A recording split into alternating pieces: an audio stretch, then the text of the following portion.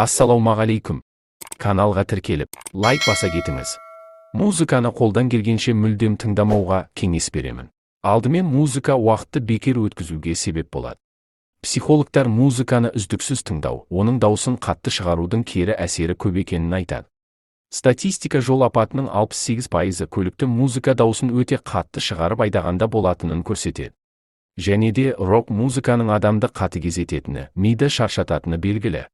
Ондағы ритм мен удар тым жоғары болса да адамның жүйкесі жұқара бастайды екен, және де музыканы күнде тыңдау нейрондардың жұмысын бұзады. Бір жапондық ғалым тәжірибе жасаған. Адам денесінде судың көп екенін білеміз. Әр түрлі музыкаларды қосып, судың клеткаларын қараған.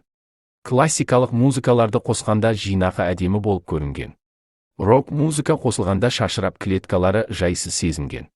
Сондықтан қазіргі заманғы рэп, рок жанрдағы тағы басқа музыкаларды тыңдаудың керегі жоқ. Музыканы үздіксіз әрі дыбысын тым қатты тыңдау құлаққа зиянын тигізбей қоймайды. Бір музыканы көп тыңдағаннан кейін ол музыка сізді шаршатып жіберетін кездер болған шығар.